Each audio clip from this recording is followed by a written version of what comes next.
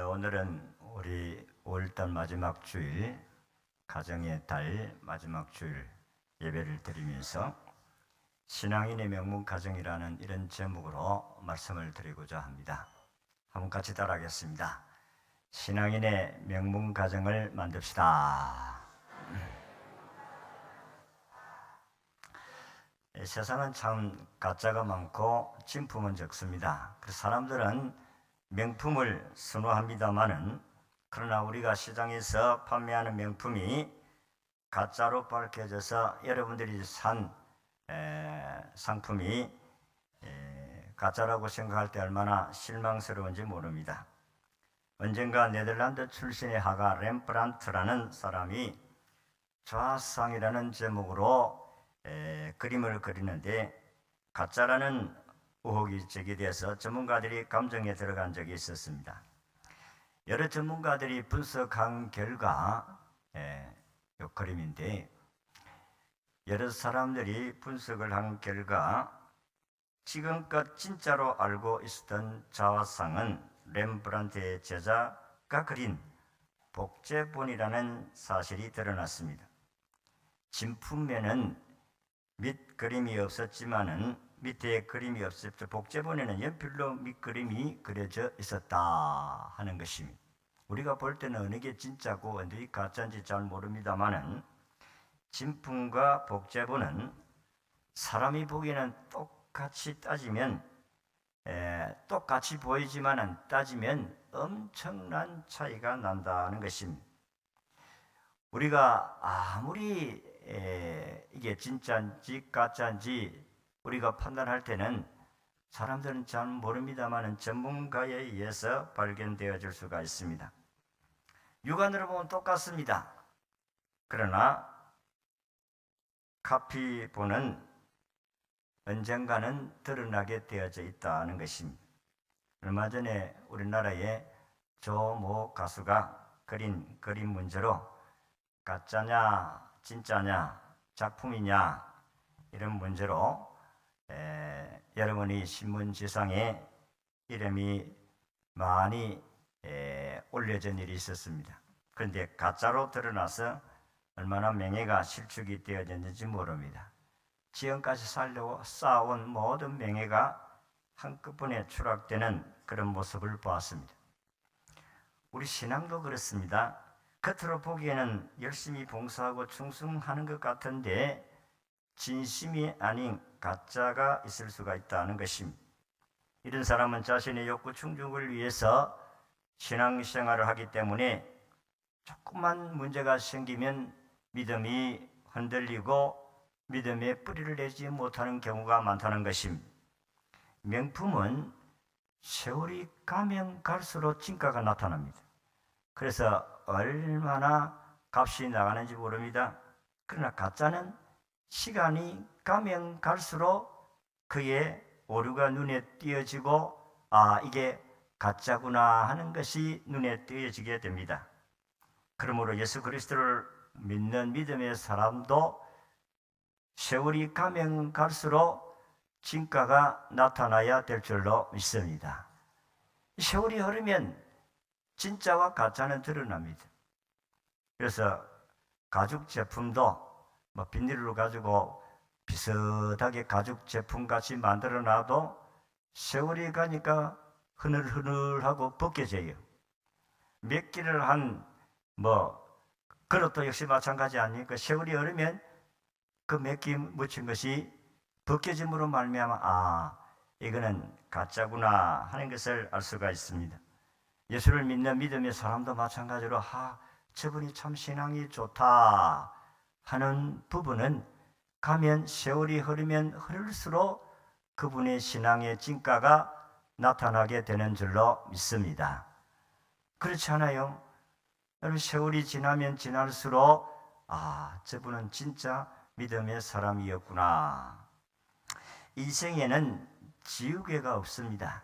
그렇기 때문에 후회 없는 삶을 살도록 힘써야 될 줄로 믿습니다. 오늘 아침에 우리가 신앙의 가정에 신앙의 사랑 가운데서 아주 모범적인 사람 한 사람을 우리에게 소개하고 있습니다. 이분은 고넬로라는 사람인데 이분은 유대인이 아니올시다. 믿음의 가문에서 태어난 사람이 아니다는 것입니다. 이방인인데 신앙생활을 잘했기 때문에 하나님께 인정을 받았다는 것입니다. 이 사람은 기독교 가정에서 자라난 사람이 아니고 이방인이었고, 그리고 신앙적인 유산이나 믿음의 개성이라는 말과는 거리가 먼 사람입니다. 부모가 어떻게 자기에게 신앙을 물려줬고 신앙적으로 어떻게 살았고 하나님 말씀을 어떻게 했고 그런 역사는 없습니다. 이분은 군인입니다. 당시에는 로마가 이스라엘을 지배하고 있을 때이기 때문에 사마리아 지역인 가이사라에 이 부대가 주둔했습니다. 그리고 총독 간저도 거기에 있었습니다. 그리고 군대를 주둔시키는데 100명씩 병사를 조직해서 지휘관을 한 명 두었는데 그분이 바로 고넬로입니다. 그는 당시 로마 군대를 통솔하는 지휘관이었고, 이런 사람이 식민지 지역에 파견 나와서 살면서 예수를 믿게 되었다는 것입니다. 어떻게 해서 예수를 믿었는지 우리는 모르지만은 그는 예수님을 바르게 믿게 되었습니다. 그래서 예수님을 제대로 믿기 때문에 하나님으로부터 인정받는 사람뿐만 아니라 인정받는 가정이 되었다. 명문이라는 것은 이름이 난 가문이라 하는 것입니다. 신앙의 명문 가정이라 하는 것은 참 믿음의 사람의 아름다운 가정이다, 그런 말씀입니다. 예수님을 믿어도 제대로 믿은 사람입니다. 유대인들의 신앙이 아니라 예수 그리스도의 복음을 어떻게 들었는지 모르지만 하여튼 그곳에 오신 분들을 통해서, 그 민족들을 통해서 복음을 듣고 믿게 되어졌습니다. 제가 이번에 한 주간 베트남 국제신학교에 강의를 갔을 때에 저를 통역했던 그 아가씨가 란이라는 아가씨였습니다. 이분은 하노이 대학의 사범대학에 다녔던 학생이었는데 그곳에서 복음을 받았다는 것입니다. 어떻게 복음을 받았냐? 한국어를 가르쳤던 선교사님 교수를 통해서 복음을 듣고 신실한 믿음의 사람이 되었다는 것입니다. 그는 얼마든지 사범학교를 나와서 교사 자격증을 가지고 학교에서 봉사를 하면 편안하게 안정된 생활을 할 수가 있는데, 예수를 믿고 보니까 삶이 완전히 가치관이 바르게 달라졌다는 것입니다. 복음을 듣고 그는 내가 어떻게 살아야 될 것을 알게 되어졌고, 그래서 그는 그의 부모와 형제들을 다 예수 믿게 하고, 그리고 온 가정이 하나님을 믿는 가정이 되었다는 것을 이야기했습니다. 그는 복음을 위해서 신학교 사역에 봉사하고 있으며 앞으로 어린이 교육을 사역하고 싶다고 했습니다. 그 이유가 뭐냐? 우리 어른들은 이미 굳어졌기 때문에 복음을 전하는 데 굉장히 힘들지만 어린아이들에게는 복음을 전하는 데에 굉장히 큰 효과가 있기 때문에 앞으로 어린이 사역을 통해서 이 아이들이 복음을 듣고 앞으로 이 나라를 복음화하는 데 귀하게 쓰임받을 수 있게 되겠다, 이런 사명을 가졌다는 것입니다. 여러분, 이런 아가씨들은 비록 공산주의 나라에 살았지만 모든 사람들이 다 인정받는 그런 아가씨였습니다. 우리 같이 갔던 우리 목사님들도 참 귀한 신앙이다, 참 믿음을 바로 받았다, 이렇게 하고 우리가 기뻐했습니다. 여러분, 오늘 이 고넬료라는 사람도 바로 그런 사람입니다. 어떤 루트를 통해서 예수를 믿게 되었는지 모르지만은 그는 예수를 믿음으로 온 가족을 구원시키고 가정뿐만 아니라 자기와 관계 있는 모든 사람들에게 복음을 전했다는 사실을 볼 수가 있습니다. 자, 이분은 어떤 신앙을 가지고 하나님을 섬겼느냐? 첫째는 하나님께 예배하는 가정으로 하나님 앞에 시험을 받아서 그는 명문 가정을 이룰 수가 있었다는 것입니다. 여러분, 예수 믿는 사람들이 가장 먼저 나타나는 삶의 자세가 예배입니다. 오늘 읽은 2절의 말씀 보니까 그가 경건하여 온 지방과 더불어 하나님을 경외하며, 이 경외라는 뜻은 공경한다, 존중한다는 뜻의 의미가 있습니다. 그래서 고넬로는 하나님을 공경하고 존경했다는 것입니다. 여러분, 하나님을 경외한다는 것은 존경하고 공경한다는 것은, 공경하고 존경하는 것은 예배를 의미하는 것입니다. 우리가 하나님을 공경한다고 할 때에 하나님께 나와서 예배 드리는 것이 가장 중요합니다. 그래서 우리가 예수를 믿는 사람이 하나님께 예배 생활이 얼마나 중요한지 모릅니다. 그래서 여러분들이 주일날 예배 드리러 올 때에 주일날 기분 좋으면 예배 드리고 오고, 기분 좋지 아니하면 예배 드리지 않고, 오늘 볼 일이 있으면 다른 데로 가고, 그런 것이 아니올시다. 우리가 예수를 믿으면 하나님의 백성이 되었고, 우리는 하나님을 경외하며 살아야 될 백성인 줄로 믿습니다. 그래서 우리가 안식일이 되면, 주일이 되면 모든 것을 다 내려놓고 하나님께 나와서 예배해야 된다는 것입니다. 그래서 33절에 보니까 고넬료가 베드로를 초청했을 때에 이는 이렇게 이야기합니다. 이제 우리는 주께서 당신에게 명하신 모든 것을 듣고자 하여 다 하나님 앞에 있나이다. 사실은 베드로가 하나님 말씀을 증거했을 때에 베드로가 하나님 말씀이 아닙니다. 하나님으로부터 베드로를 통해서 하나님 말씀을 증거했는데, 이 고넬료라는 사람은 하나님의 종이 전하는 말씀 앞에 겸손하게 서 있었다. 이 말은 하나님을 공경했다는 그런 의미의 말씀입니다. 그는 예배 생활을 통해서 많은 사람들에게 인정받고 존경받을 수 있는 사람이 되었습니다.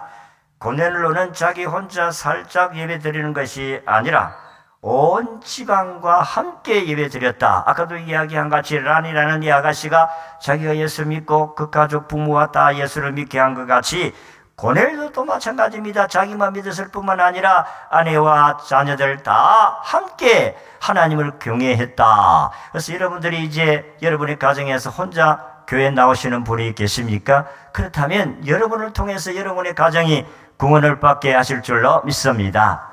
왜냐하면 사도행전 16장 31절의 말씀같이 주 예수를 믿으라, 그리하면 너와 내 집이 구원을 얻으리라. 우리가 예수를 믿음으로 내 가정이 다 구원을 받게 되어집니다.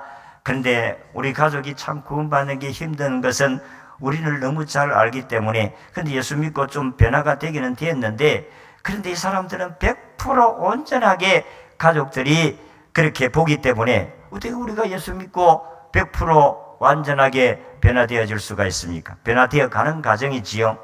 근데 안 믿는 가족들은 이 사람이 완전히 변화되어서 옛날 사람같이 아내하고 그렇게 살아가기를 원합니다마는 우리가 처음 예수를 믿고 어떻게 그와 같이 살아갈 수가 있어요?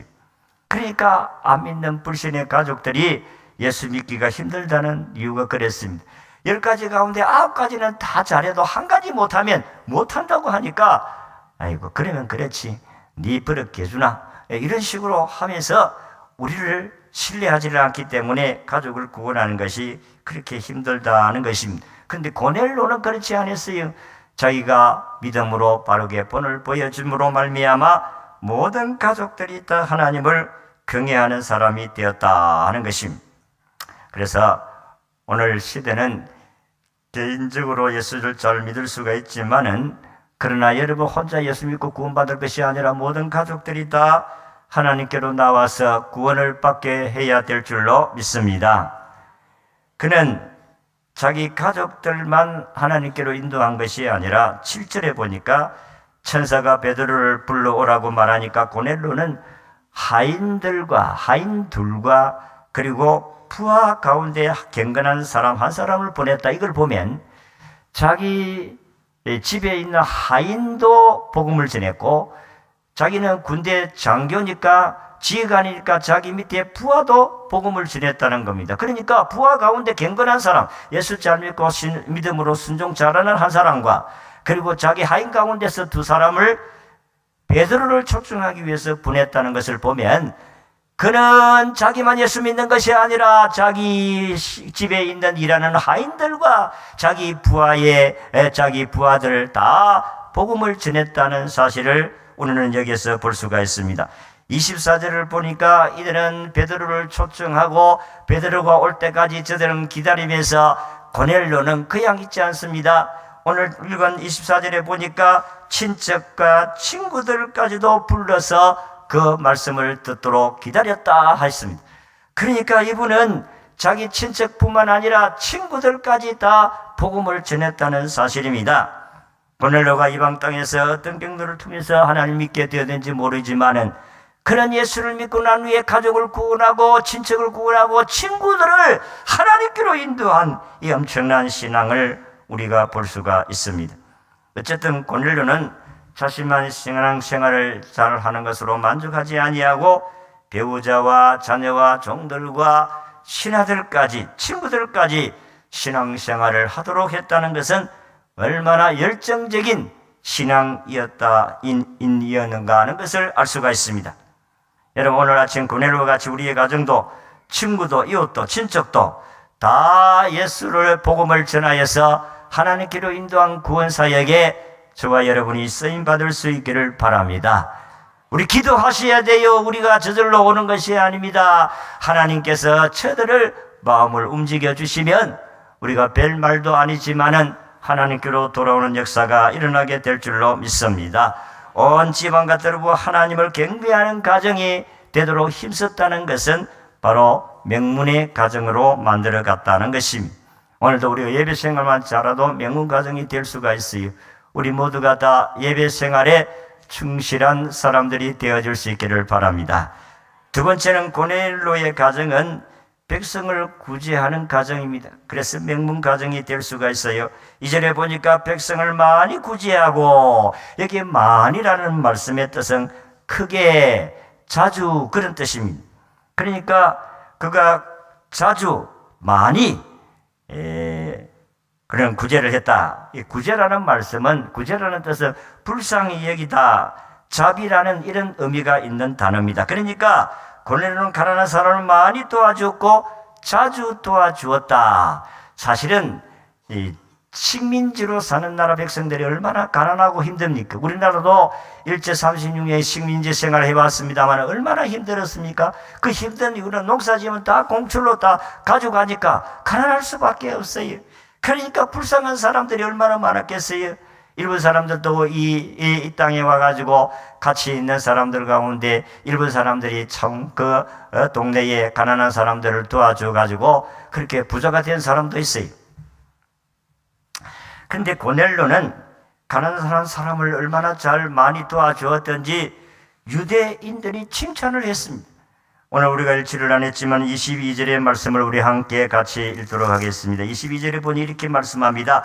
시작. 그들이 대답하되 백부장 고넬료는 의인이요 하나님을 경외하는 사람이라 유대 온 족속이 칭찬하더니 그가 거룩한 천사의 지시를 받아 당신을 거짓으로 청하여 말을 들으려 하느니라 한데, 유대 온 족속이 칭찬하였다고 성경이 기록을 하고 있습니다. 여러분, 한 사람 두 사람 뭐 칭찬하는 것이야 아이고 저분에게 도움을 받았구나 할 수가 있지만 온 유대 사람들이 그를 칭찬하였다는 것을 보면 얼마나 구제를 많이 했다는 사실을 알 수가 있어요. 교회도 어려운 교회를 많이 도울 때 하나님께 인정받을 줄로 믿습니다. 개인도 어려운 사람을 도와주는 것도 하나님 인정받지만 우리 교회도 공동적으로 어려운 사람을 도와줄 때에 우리도 하나님께 인정받을 수가 있다는 것입니다. 고넬료가 유대인들에게 인정받은 것은 그 유대인이 아니면서 지배국의 나라 백성들을 불쌍히 여겼다는 것입니다. 사실 우리가 알 수가 있듯이 나라의 지배를 받는 그 백성들은 어렵고 지배국의 그 나라 사람들은 얼마나 부악한지 몰라요. 일본 사람들은 우리나라 와가지고 얼마나 힘들게 했는지 모릅니다. 그렇기 때문에 참 권력을 가지고 있는 사람이 약한 자를 배려한다고 했을 때에 그런 칭찬받을 수밖에 없는 것입니다. 그 당시에는 그렇잖아요. 날아가는 새도 떨어뜨릴 수 있다는 그런 권세가 있던 식민지 시대가 아닙니까?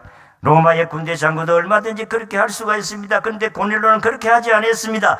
고넬료는 식민지 백성을 불쌍히 여겨서 구제를 많이 하는 신앙생활을 했습니다. 그래서 신앙생활에 참 좋은 사람은 구제를 많이 하는 거예요. 성경을 보면 하나님은 구제하는 것을 좋아하신다고 말씀을 하고 있습니다. 이스라엘 백성들이 애굽에 나와서 홍해를 건넌 후에 광야에서 하나님이 율법을 주셨습니다. 시내산에서 율법을 받았는데 그 애굽에서 나온 1세대들에게 하나님께서 이렇게 법을 정했습니다. 레위기 19장 9절에 10절에 보면 너희가 너희 땅에서 곡식을 거둘 때에 너는 밤 모퉁이까지 다 거두지 말고 내 떨어진 이삭도 줍지 말며 내 모동원의 열매를 다 따지 말고 내 포도원에 떨어진 열매도 줍지 말고 가난한 사람과 거루민들을 위하여 버려두라. 나는 너희 하나님 여호와니라. 하나님께서 1세대들이 너희들이 가나안 땅에 들어가서 농사를 지어가서 풍성한 농사가 지으면 그 농사 다 거두지면 한 주 기뚜기는 놔두고, 그리고 이삭도 줍지 말고 고아와 가부들을 위해서, 가난한 사람들을 위해서 두라고 했습니다. 출애굽 제2세들입니다. 1세들은 광야에 다 죽었습니다. 이제 가나안 땅에 들어가는 제2세들을 향하여 모세는 신명기 24장 19절에 보니까 네가 밭에서 곡식을 뺄 때에 그 한 무철 밭에 잊어버렸거든 다시 가서 가져오지 말고 나그네와 고아 가부를 위하여 남겨두라. 이 추수를 해가지고 곡식단을 먹다가 이렇게 가다가 하나 논에 떨어뜨렸다. 아이고, 곡식단이 떨어졌구나. 가서 돌아와서 그 곡식단을 가져가지 말라. 이유는 고아 가부와 그런 사람, 불쌍한 사람을 위해서 남겨두라는 것입니다. 이삭도 좀 떨어뜨리고 그 이삭을 다 줍지 말라고 했습니다. 신명기 24장 20절에서 21절에 보면 네가 네 감람나무를 뜬 후에 그 가지를 다시 살피지 말고 그 남은 것은 객과 고아와 가부를 위하여 남겨두라고 말씀을 했습니다. 그렇습니다. 하나님께서 오늘 우리에게 나누어 주고 구워 주고 구제하는 일은 하나님이 법으로 정해낸 것이기 때문에 해도 되고 안 해도 되고 그런 것은 아닙니다. 예수님께서도 구제에 대해서 말씀하셨습니다. 마태복음 6장 3절에 구제할 때에 오른손이 하는 것을 왼손이 모르게 하라 그랬습니다. 야고보 1장 27절에도 경건은 고아와 가부를 돌아보는 것이 참된 경건이라고 했습니다. 여러분, 구제는 예수 믿는 사람이 나타나는 하나님의 사랑의 표현임을 믿으시기를 바랍니다. 예수 믿는 사람들에게서 구제는 해도 되고 안 해도 되는 선택의 상황이 아니라 반드시 해야 될 필수적인 상황이라는 것입니다. 구제는 하나님을 경외하는 백성들의 삶이고, 그래서 초대교회 성도들도 구제에 힘쓰다가 보니까 이 사도들이 사람의 숫자가 많으니까 돌아볼 그런 계렬이 없었습니다. 그래서 구제를 위해서 돌봐야 될 집사 7명을 세운 것이 구제 때문에 세웠다는 것입니다. 고넬료가 백성의 구제를 했는데 이것이 하나님 앞에 상달이 되어 기억한 바가 되었다 그랬습니다. 이번에 신학교에서 강연을 하다가 선교사님 이야기하기를 우리 이 지역에 참 한 7, 80명 모이는 성도들인데 이들이 교회당을 지르고 하는데 자기들이 그래도 모은 돈이 500만 원인데 한 2,500만 원만 들면 교회당을 하나 세울 수 있는데 이 500만 원밖에 없어가지고 2천만 원 좀 협력을 해달라 선교사님을 통해서 그렇게 들었습니다. 여러분, 2천만 원 우리나라 돈은 뭐 그렇게 좀 여유가 있는 사람은 얼마 되는 것이 아니지만은 이들에게는 그래도 공산주의 나라에서 믿음으로 살아가는 사람, 저기들이 모은 돈이 500만 원이라는 거예요. 그런데 2천만 원만 있으면 교회를 세워주겠다는데 우리들에게 좀 기도를 부탁했습니다. 여러분, 2천만 원은 한 사람이 100만 원 하면 20명만 모이면은 여러분들이 2천만 원 걸을 수 있습니다. 그리고 200만 원씩 하면 10명만 여러분들이 200만 하면 2천만 원 될 수가 있어요. 그리고 한 명이 1,000만 원, 두 사람만 해도 2천만 원이 될 수가 있어요. 하나님께서 오늘도 이 세계에 흩어져 있는 하나님의 백성들이 하나님을 경외하는데 오늘도 힘이 있고 능력 있는 사람들을 향하여서 너희가 이런 사람을 위해서 하나님의 나라 건설에 협조를 해라. 여러분 마음이 감동이 되시는 분들은 저한테 말씀을 하시기를 바랍니다. 하나님께서는 오늘도 이러한 자들을 기억하시고 하나님께서 고넬료를 축복하시고 명문의 가정으로 세워주셨다는 사실을 믿으시기를 바랍니다. 세 번째는 고넬료의 가정은 항상 기도하는 가정입니다. 기도하는 가정이 명문 가정이 되어 우리 2절을 같이 한번 더 읽겠습니다. 시작. 온 집안과 더불어 하나님을 경외하며 백성을 많이 구제하고 하나님께 항상 기도하더니 그는 기도의 사람이었습니다. 항상 기도하였다고 했습니다. 하루 3번씩 기도하는 시간을 정해놓고 기도한 사람이라는 것입니다. 3절에 보니까 제9시에 기도하다가 여러분 제9시는 우리나라 시간은 오후 3시입니다. 그래서 유대인들의 기도 시간은 여러분 아침 9시와 12시, 오후 3시 이렇게 하루에 3번씩 기도했어요. 여러분 하루에 3번 기도하는 게 쉬운 게 아닙니다. 정해놓고 기도하는 게 쉬운 게 아닙니다. 고넬로는 이방인입니다. 유대인들이니까 자기의 습관을 따라서 기도했지만은 고넬로는 그렇게 기도하지 않아도 돼요. 그럼에도 불구하고 유대인들이 하루 3번씩 기도하는 따라 고넬로도 이 신앙을 본받아서 하루에 3번씩 기도했다. 여러분 하루에 한 번 기도하는, 정해놓고 기도하는 게 쉽지 않잖아요. 여러분 하루에 3번, 아침에 새벽 아침에 새벽 기도를 해라 하면서 살아가리라. 여러분 아침에 정해놓고 기도하는 시간이 그렇게 쉽지 않잖아요. 내가 저녁에 기도하리라 정해놓고 저녁에 기도하는 것도 쉽지 않습니다. 그런데 오후 3시, 12시야 여러분들 그렇잖아요. 12시야 점심 먹는 시간이니까 점심 먹는 시간에 기도할 수 있다고 생각하지만은 오후 3시는 일하는 시간이잖아요. 얼마나 힘든 시간입니까? 그런데 이들은 오후 3시에 기도했다고 했습니다. 고넬로는 이방인이기 때문에 유대인이 간섭에 따라서 기도하지 않아도 됩니다. 그럼에도 불구하고 그는 정해놓고 기도했다는 것입니다. 그러니까 신앙의 깊이가 있었다는 말씀입니다. 그러므로 성경은 하나님께 예배하는 사람은 항상 기도한다고 했습니다. 예수님이 기도의 몸을 보여주셨습니다. 그는 아침에 일어나 조용한 곳에 가서 기도하였고 그는 하루 일과를 마치고 저녁에는 산으로 가서 기도하였습니다. 예수님은 기도의 사람이었고 기도를 생활화하였습니다.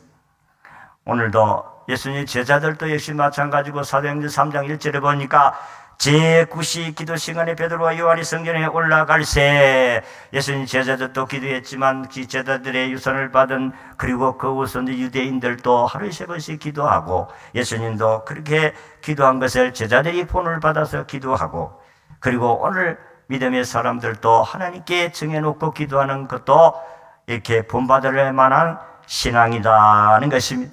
정해놓고 기도하는 게 참 중요해요. 아무 때나 하고 싶을 때 하고 하기 싫을 때 하고 그런 게 아니라 나는 이 시간에 하루를 시작하면서 하루 일과 가운데 나는 이 시간 기도하리라 정해놓고 기도한다는 게 그렇게 쉬운 것이 아니라는 것입니다. 그런데 기도하는 사람, 기도하는 가정이 신앙의 맹문 가정이 될 줄로 믿습니다. 오늘도 하나님께서 기도하는 사람을 기억합니다. 내 구제와 기도한 것을 내가 기억한다. 여러분들이 기도 생활이 그냥 헛된 것 같이 생각되지만은 헛되지를 않아요. 기도에는 두 종류가 있는데 하나는 구하는 목적이 있고 하나는 교제하는 목적의 기도가 있습니다. 우리는 두 가지를 다 잘해야 됩니다. 지혜가 부족하면 지혜를 달라고 기도하고 재정이 없는 경제적으로 생활이 어려운 사람은 하나님이여 나에게 경제적으로 좀 도와주시옵소서 기도해야 되고 아픈 사람들은 아픈 자를 위해서 기도해야 되고 이렇게 우리는 하나님께 도움을 요청하기 위한 목적의 기도도 있지만은 하나님과 교제하기 위해서 우리가 기도하는 것도 있습니다. 그러니까 하나님과 늘 묵상하고 교제한다는 것이 얼마나 축복이고 중요한 것인지 모릅니다. 교제하는 기도에 힘쓸 수 있기를 진심으로 바랍니다. 하나님께서 오늘도 저와 여러분들이 교제하기를 원하십니다. 그 교제가 기도입니다. 하나님은 저와 여러분들을 교제하기를 원하시고 만나시기를 원하시고 여러분에게 도움을 주시기를 원하시고 힘을 주시고 축복해 주시기를 원하시는데 하나님과 교제가 안 되면 안 되잖아요. 여러분 대통령과 교제를 해보십시오.